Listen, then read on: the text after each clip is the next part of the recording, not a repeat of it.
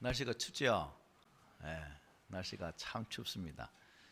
또 겨울이 추워야 또 겨울 맛이 나죠. 그래서 여러분 이 추위를 잘 또 즐기면서 건강하는 우리의 삶이 됐으면 좋겠습니다. 지난 우리가 8장을 1절 11절까지 살폈는데요.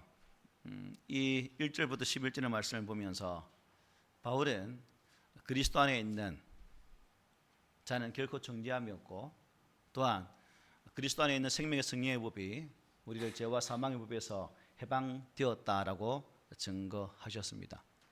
그리고 하나님의 사람은 하나님의 영으로 산다라고, 즉 육신에 속하여 사는 사람은 사망이지만 영의 생각은 생명과 평안이다라고 말씀하면서 우리에게 하나님의 자녀다운 하나님의 사람이기에 항상 성령에 이끌림받는 삶을 살라라고 계속해서 강조하면서 우리에게 말씀을 주고 있습니다. 여러분, 한 주간 사시면서 예수 안에 있는 자에는 생명의 성령의 법으로 말미암아 결코 정죄함이 없고 죄와 사망의 법에서 해방되었다라는 그 말씀의 의미를 누리고 사셨습니까? 아니면 심각한 죄책감에 빠져서 나는 어쩔 수 없는 인간이네, 내 인생이 와 이럴꼬 라고 사셨습니까? 우리는 율법의 정죄함 가운데 있는 자가 아니라 하나님의 거룩한 은혜 안에서 하나님께서 독신자 예수에게 우리의 죄를 지으심을 통해서 그분이 단번에 십자가의 거룩한 사역을 통해 그 죄를 없애하심을 통해 우리는 더 이상 죄책에 웅눌려 살 필요가 없다는 것이죠. 하나님의 자녀다운 그리스도 안에서 진정한 영적 자유를 누리면서 해방되어진 거룩한 삶을 사는 그런 모습이 있어져야 된다는 것입니다. 1945년 8월 15일 우리 일제의 해방을 받을 때 여러분 온 국민들이 손에 태극기 들고 거리를 뛰쳐나오면서 대한독립 만세 외쳤던 그 그림을 한번 상상해 보십시오. 제가 왜 이 말씀드리냐면 저와 여러분들이 죄라는 고통 속에서 억눌림 받았지만 주님께서 우리를 그 죄라는 억눌림 속에서 해방시켜 주셨기 때문에 더 이상 그 굴레 속에서 살 필요가 없다는 거죠. 그래서 매일매일 저와 여러분들의 삶을 살아가면서 사망 속에서 고통스러워하지 말고 생명과 평안의 삶을 통해서 기쁨에 충만한 아름다운 성도들이 되시기를 소망합니다. 아멘. 여러분 자신을 한번 돌아봤으면 좋겠습니다. 나의 삶이 있어서 과연 나는 어떤 부분이 하나님의 자녀입니다 라고 드러낼 수 있는 그런 모습이 무엇입니까? 나의 삶에서 내가 하나님의 자녀입니다 라고 떳떳하게 내어놓을 수 있는 그 무엇이 혹시 있습니까? 나는 이것 때문에 나는 하나님 자녀예요 라고 탁 드러내서 말할 수 있는 부분 혹시 있습니까? 다른 사람들이 나의 어떤 모습을 보고 당신은 참 그리스도인이 맞습니다 라고 할 부분은 무엇인 것 같아요? 어떤 것을 생각합니까? 혹시 단순히 오늘 교회당에 앉아있는 것이 나는 그리스도인의 모습으로 보여주고 싶은 모습입니다 라고 생각하십니까? 아니면 다른 사람은 안 들고 다니는 성경책을 들고 다닌다라고 이것이 내가 예수 믿는 증거입니다 라고 말할 수 있겠습니까? 아니면 자동차 뒤에 물고기 마크를 달거나 백미러에 십자가를 걸거나 내 목에 십자가 목걸이를 걸고 있는 모습이 나는 예수 믿는 사람입니다 라는 증거가 될 수 있을까요? 아니겠죠. 우리는 예수 그리스도 안에서 지난주에 사도 바울이 말했던 구절의 말씀을 한번 생각해 볼 필요가 있습니다. 누구든지 그리스도 영이 없으면 그리스도의 사람이 아니다라고 말했거든요.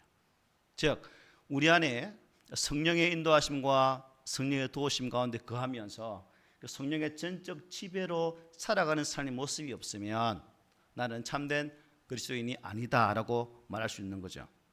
내 안에 이 그리스도의 영, 즉 성령님께서 역사하시는 그 모습으로 내가 살고 있는가?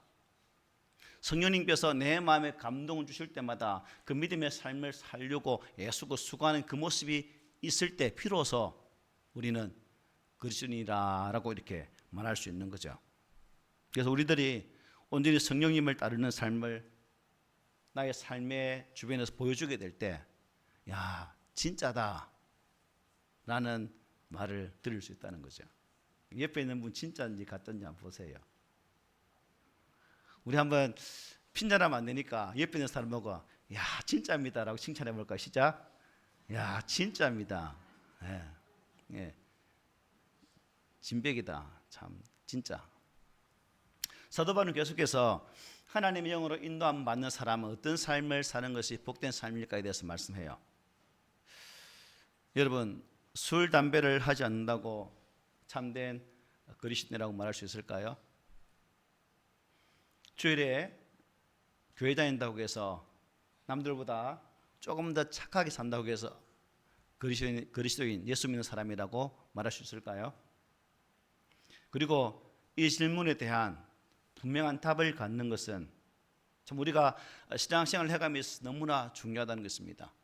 이러한 질문들이 나에게 주어졌을 때 우리는 머뭇거리지 아니하고 당당하게 나는 이것 때문에 참 그리스도인입니다 라고 고백하는 그 답을 우리는 항상 준비하고 사셔야 되고, 또한 그 답이 나의 삶의 현장에서 보여질 때에 우리는 진짜 백이 성도로 인정받을 수가 있다는 사실입니다.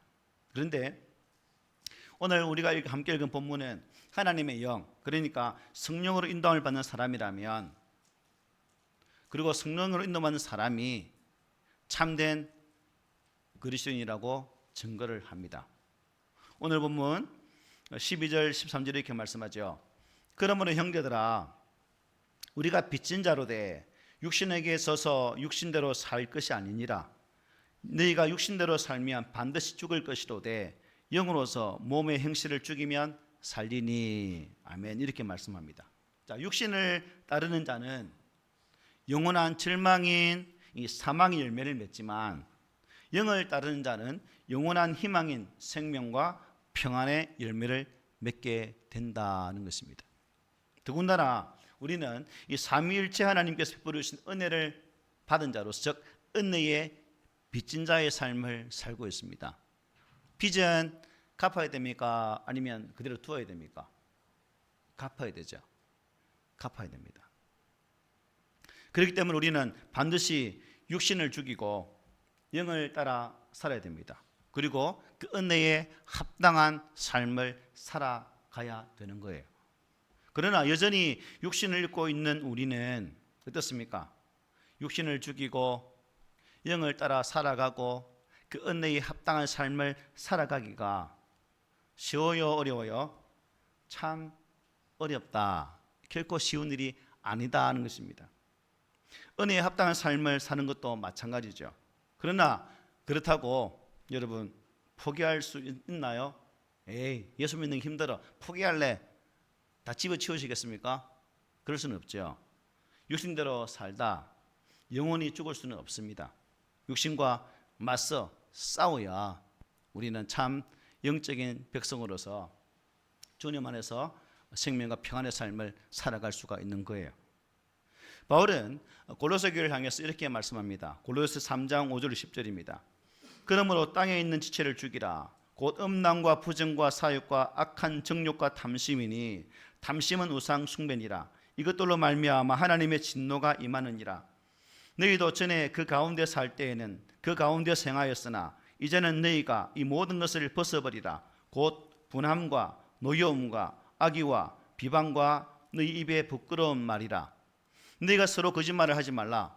옛사람과 그 행위를 벗어버리고 새 사람을 입었으니 이는 자기를 창조하신 이 형상을 따라 지식에까지 새롭게 하심을 입은 자니라. 아멘. 바울은 이 말씀을 통해서 예수 그리스도 안에서 하나님의 자녀가 된 거듭난 그리스도인들은 반드시 음란과 부정과 사욕과 악한 정욕과 탐심 등을, 즉 이 죄를 끊어버려야 된다라고 말씀해요. 그리고 분함과 노여움과 악의와 비방과 입에 부끄러운 말과 같은 악한 습관들을 제거해 버려야 된다라고 말씀을 주고 있습니다. 아주 단호하게 나의 옛사람을 벗어버려야 된다는 겁니다. 이 또한 쉽지가 않죠. 참 차에만 타면 주변에서 반응하는 다른 차로 인해서 아주 쉽게 강력하고도 에너지가 넘치는 그러한 욕이 나도 모르게 툭 터져 나올 때면 참 그래요. 제 아들이 운전하는 모습을 보면서 저 모습이 나였구나. 우리 성찬이가 운전하는 모습 보면 옛날에 내가 운전했던 똑같은 모습으로 운전합니다. 즉시 반응하고 말하고 투박한 욕을 막 내뱉는 모습이 저였거든요. 그래서 얼마나 부끄러운지 지금 얼굴이 붉어지잖아요. 이게 참 안 된다는 거죠. 단호하게 옛사람을 벗어버리라고 말씀하시는데 성경은 왜 이렇게 안 될까요, 여러분?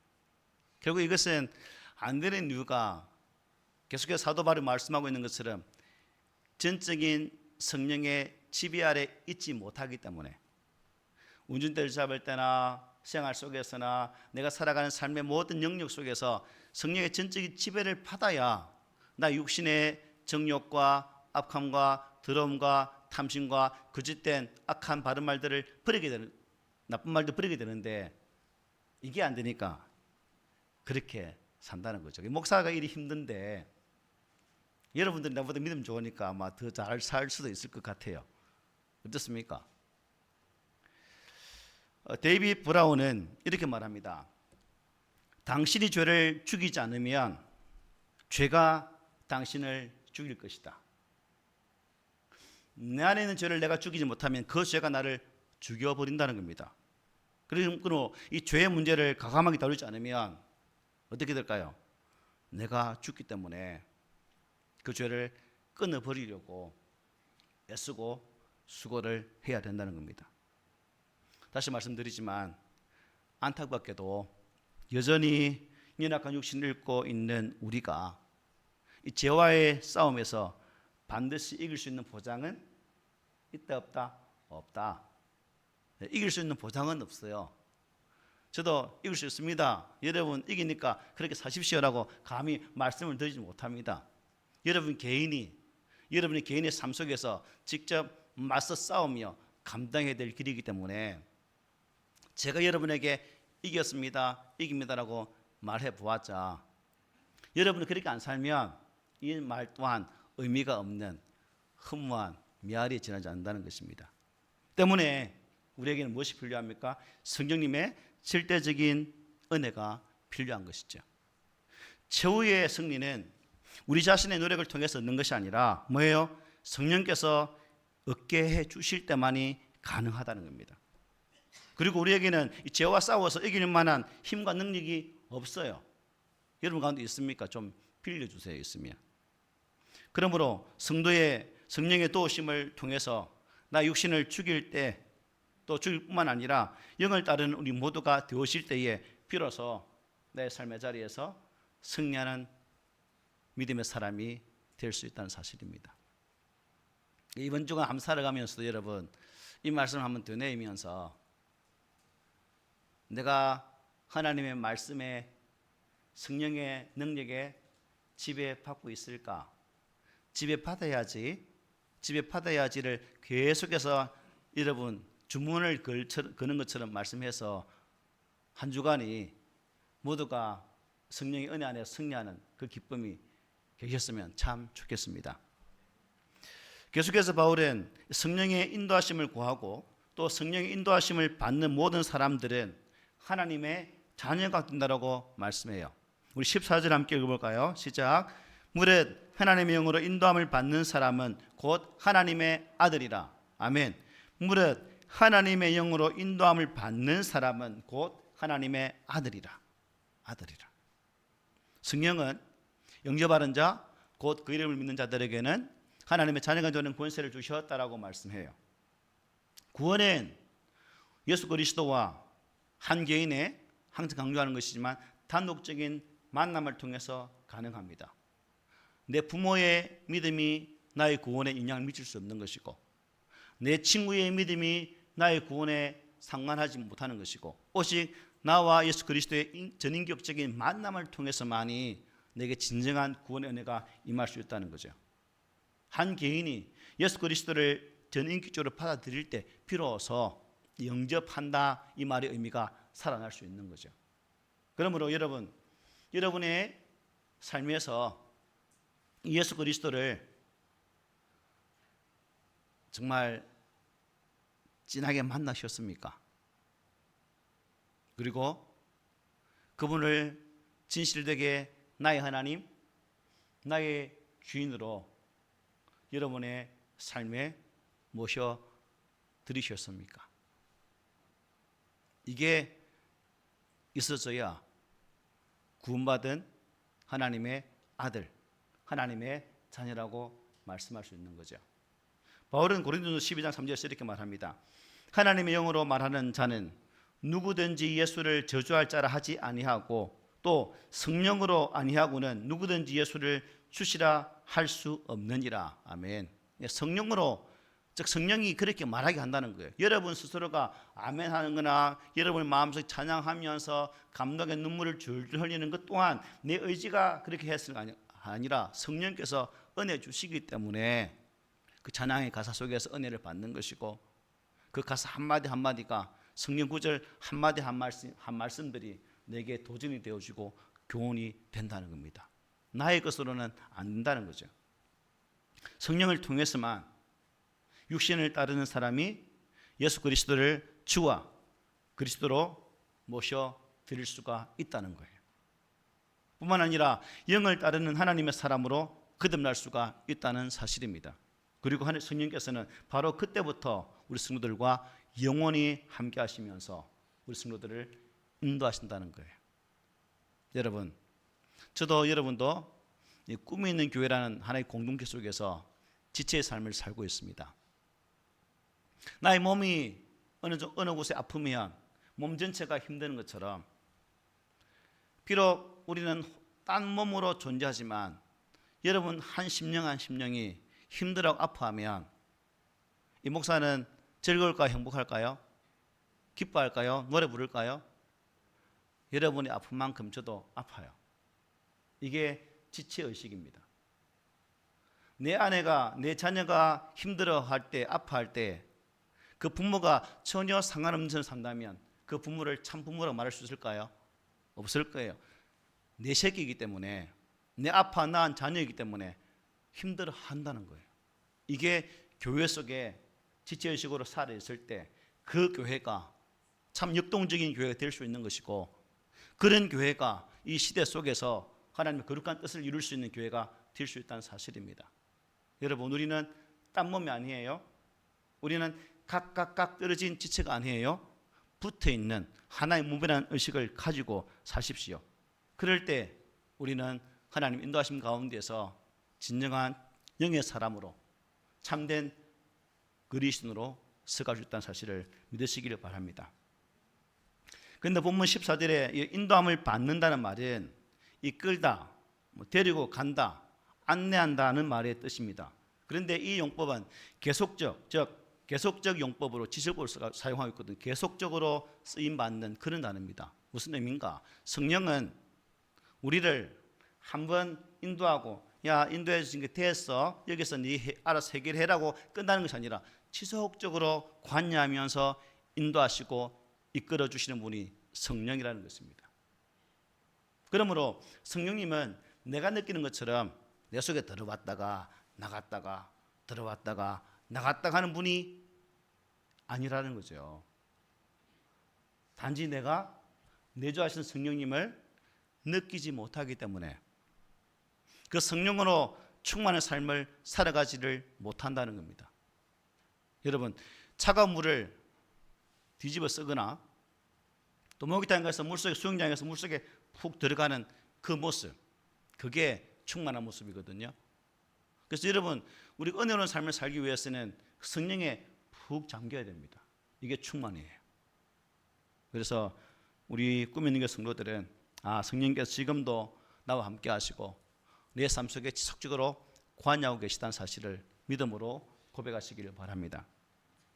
20세기 3대 가빈주의자 중 한 명인데요. 에브라임 카이퍼 그리고 헤브람 바빙커와 그 중에 한 사람 비비 워필더. 이분은 이 말씀을 이렇게 해석합니다. 걷는 길에서 우리를 지키시고 마침내 목적지에 이르도록 하시는 분은 바로 성령이심이 사실이지만 그 길에 매 걸음을 내딛는 것은 바로 우리이다. 마치 가파른 절벽을 고생함이 오른 때처럼 우리의 사지는 노동으로 피곤해지고 우리의 마음은 쇠약해지나 우리의 믿음은 우리의 저하된 힘을 회복시키고 우리의 소망은 새로운 용기를 우리의 영혼에 불어넣어 준다라고 말을 했습니다. 성경 충만할지라도 결국 믿음의 삶은 어떻게 살아야 된다는 거예요. 하나님께만 맡기지 말고 내게 부여되어진 이 땅의 삶을 내가 살아갈 수 있어야 된다는 겁니다. 어떤 분들은 기도만 하면 됩니다. 허구한 교회에서 기도만 하십시오. 문제 앞에 여러분 왜 그렇게 사세요? 기도만 하세요 라고 말하는 분인데 맞아요? 아니에요.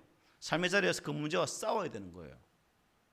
싸울 때 도우시는 성령 안에서 그 일을 감당할 수 있는 거죠. 집은 엉망진창으로 지금 야단법석인데 하나님 내 가정이 지금 이 모양으로 야단법석입니다. 앉아서 기도만 해보십시오. 해결됩니까? 안 돼요. 그 속에서 치워야지. 이게 내가 감당해야 될 일입니다. 내가 그 일을 감당해 나갈 때 하나님은 도우셔서 그 일을 능히 이룰 수 있도록 도와주신다는 사실입니다. 예수님께서 마지막 승천하시면서 마태복음 28장에서 뭐라 말씀하셨어요? 세상 끝날까지 너희와 항상 함께 있으리라 말씀하셨어요. 세상 끝날까지. 이것은 확신한 것이고요. 분명한 것이고 또 약속대로 이 말씀은 지금도 우리 가운데 이루어지고 있다는 사실입니다. 그러므로 여러분 참 힘듦과 어려움 속에서 나의 하나님은 지금 나를 지키시고 보호하시고 건져주시고 바른 길을 갈 수 있도록 나와 함께 하시는 분임을 믿으시기를 바랍니다. 그 하나님은 나를 돕고 격려하시면서 할 수 있다고 그러니 일어서서 앞으로 나가라고 나를 붙드시는 하나님이십니다. 이 하나님을 결코 놓치지 마시고 매 순간순간마다 이 하나님을 더불어서 우리의 삶자리에 기쁨이 충만하기를 소망합니다. 뿐만 아니라 성령께서는 모든 두려움부터 우리를 어떻게 해요? 자유롭게 한다고 말씀해요. 15절입니다. 너희는 다시 무서워하는 종의 영을 받지 아니하고 아멘 이렇게 말씀하죠. 디모데후서 1장 7절은 이렇게 말합니다. 하나님이 우리에게 주신 것은 두려워하는 마음이 아니요 오직 능력과 사랑과 절제하는 마음이니라고 말씀합니다. 그렇습니다. 하나님께서 당신의 사랑하는 자녀들에게 주시는 마음은 두려워하는 마음이 아니라 뭐예요? 능력과 사랑과 절제하는 마음이라고 말씀해요. 여기서 마음은 디모데 안에 있는 누굴 가리킬까요? 성령님을 가리킵니다. 결국 내 안에 있는 성령을 가리키는 거죠. 그리고 하나님이 쓰신 성령님은 결코 우리가 두려워하는 영이 아니라는 거예요. 그렇기 때문에 당신을 사랑하는 자녀들에게 두려워하는 마음이 아니라 능력과 사랑과 절제하는 마음을 주고 있다는 사실입니다. 여기서 능력은 복음을 전파하는 과정에서 겪게 되어질 모든 환난과 시험을 견디면서 권위를 행사하는 것을 의미합니다. 그리고 이 사랑은 반드시 갖춰야 할 열매로서 단순한 애정이 아니라 실제적으로 다른 사람에게 도울 수 있는 넉넉한 마음이 바로 여기서 말하는 사랑이에요. 그리고 절제는 자기 자신을 다른 사람들이 온전해지도록 영향을 끼치고 지시하는 것을 의미합니다. 영향을 미치고 사는 삶을 의미하는 거죠. 성령은 이렇게 여러분의 사랑하는 자녀, 즉 우리 자신들에게 매 순간마다 능력과 사랑과 절제하는 마음을 주셔서 또 그뿐만 아니라 죄와 사망의 법인 율법의 그 정죄로부터 두려움의 속박으로부터 해방시켜 주시는 분이십니다. 그래서 바울은 우리가 봐왔던 로마서 8장 1절 2절이죠. 그러므로 이제 그리스도 예수 안에 있는 자에게는 결코 정죄함이 없나니 이는 그리스도 예수 안에 있는 생명의 성령의 법이 죄와 사망의 몸에서 너를 해방하였음이라고 증거해주고 있습니다. 이 사실을 믿으십니까, 여러분? 그런 의미에서 한번 우리 입술로 선포해볼까요? 다 같이 시작. 그러므로 이제 그리스도 예수 안에 있는 자에게는 결코 정죄함이 없나니 이는 그리스도 예수 안에 있는 생명의 성령의 법이 죄와 사망의 법에서 너를 해방하였습니다. 아멘. 예수 그리스도 안에서 하나님 자녀로 거듭난 우리 그리스도인들은 두려워하는 영이 아니라 정죄하고 두렵게 하는 모든 것으로부터 자유롭게 하시는 그 성령을 받은 사람들인 것을 믿으시길 바랍니다. 성령은 또한 당신을 사랑하는 자녀들에게 새로운 신분을 주셔요. 새로운 신분. 여러분은 어떤 새로운 신분을 가지고 계십니까? 예수 안에서 변화된 신분이 뭐예요? 어떤 거예요? 오늘 본문 15절 하반절부터 16절 이렇게 말씀합니다. 양자의 영을 받았으므로 우리가 아빠 아버지라고 부르짖는지라. 성령이 친히 우리의 영과 더불어 우리가 하나님의 자녀인 것을 증언하시나니라고 증거하죠. 바울 신앙에 있어서 가장 중요한 것이 바로 이 양자에 관한 내용입니다. 이 양자의 원리의 권한은 예수 그리스도의 가르침에서 발견할 수가 있어요. 우리 주께서 마태복음 6장에 보면 주기도문을 가르쳐 주시죠. 6장 6절에 이렇게 말씀합니다. 그러므로 너희는 이렇게 기도하라. 하늘에 계신 우리 아버지여 이름이 거룩히 여김을 받으시오며. 하늘에 계신 분이 누구라고요? 아버지라고 말씀해요. 그리고 마가복음 14장 36절에서 이렇게 말합니다. 아빠 아버지여 아버지께는 모든 것이 가능하오니 이 잔을 내게서 옮기시옵소서. 그러나 나의 원대로 마시옵고 아버지의 원대로 하옵소서. 십자가를 앞에 두고 주님께서 기도하실 때 하나님을 부르실 때 아빠 아버지라고 부르고 있습니다.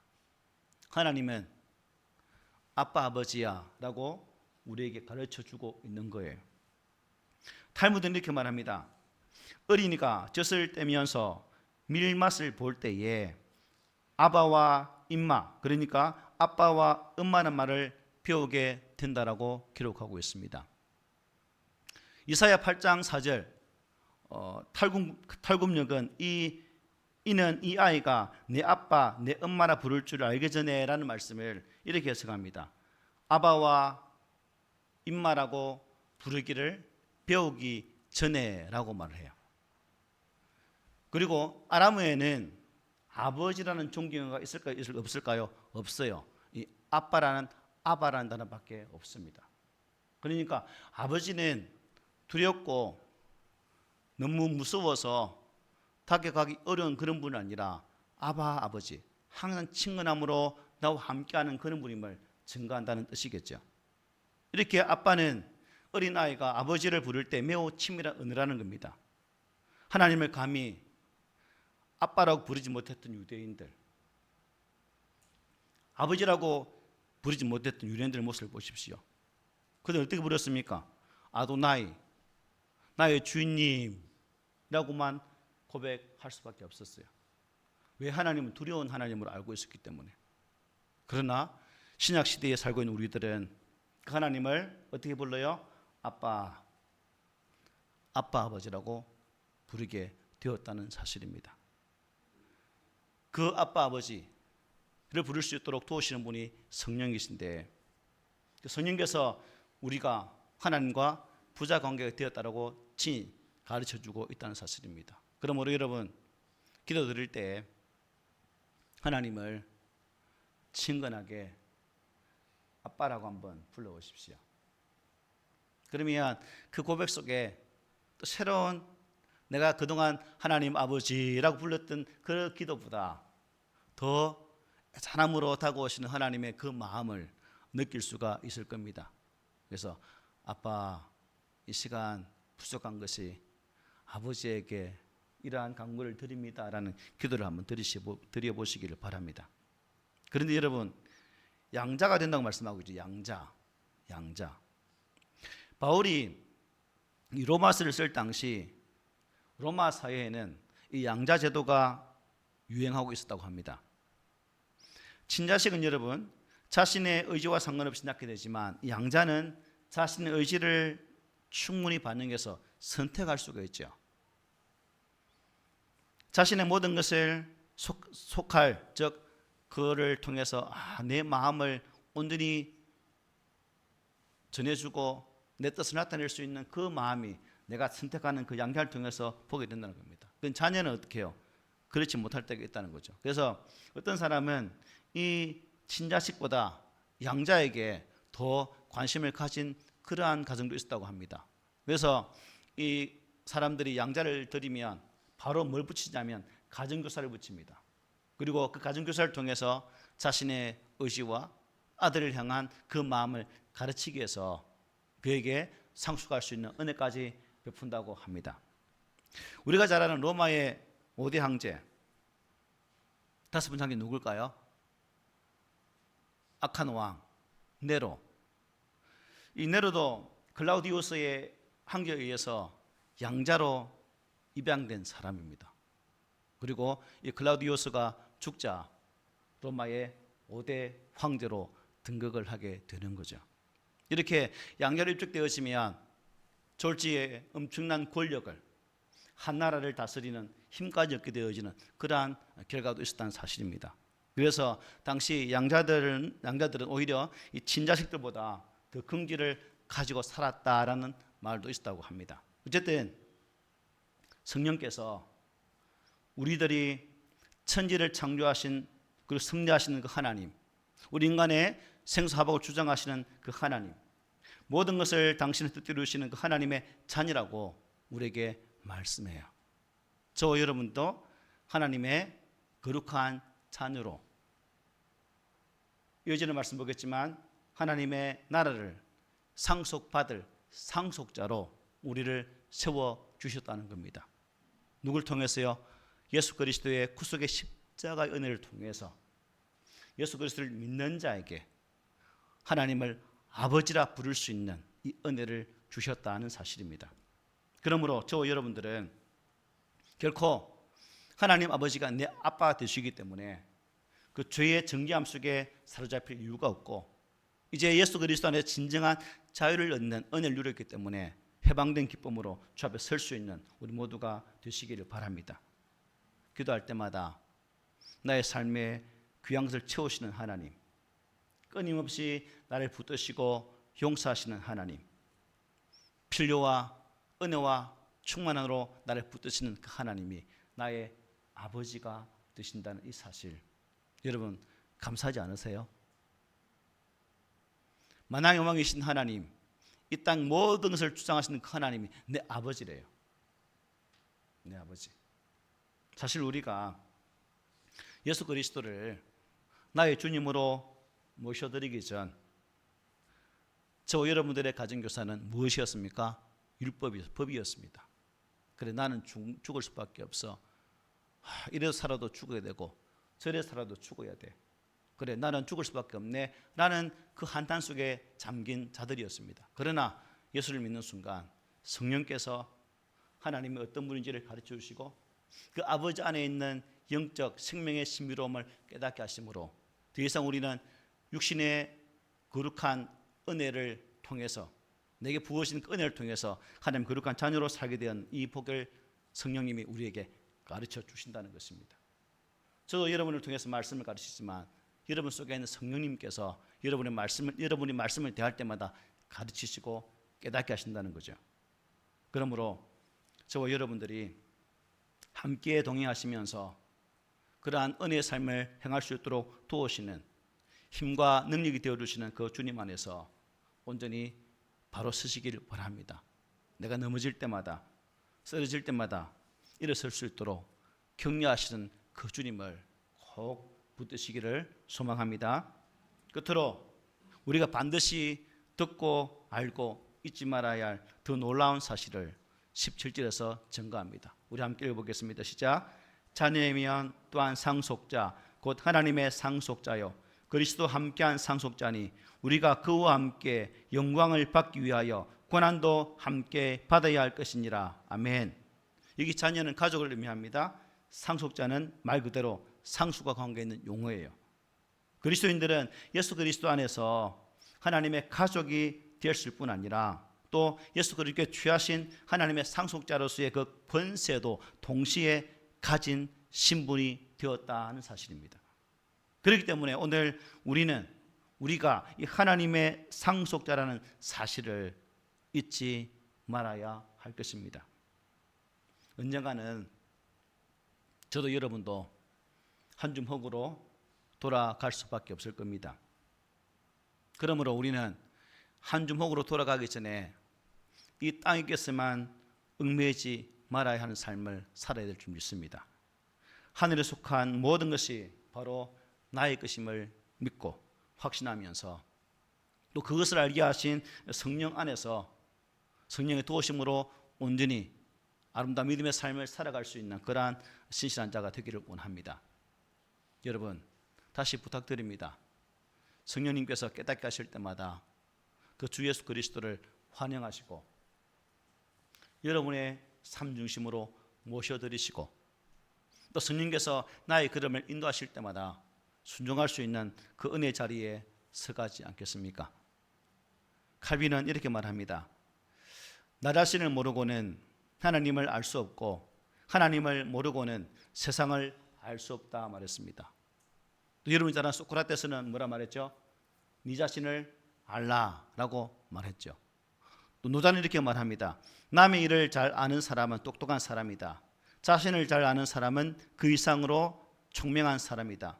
그리고 남을 이기는 사람은 강한 사람이다. 자신을 이겨내는 사람은 그 이상으로 강한 사람이다. 무슨 말일까요? 나 자신을 바로 알라는 겁니다.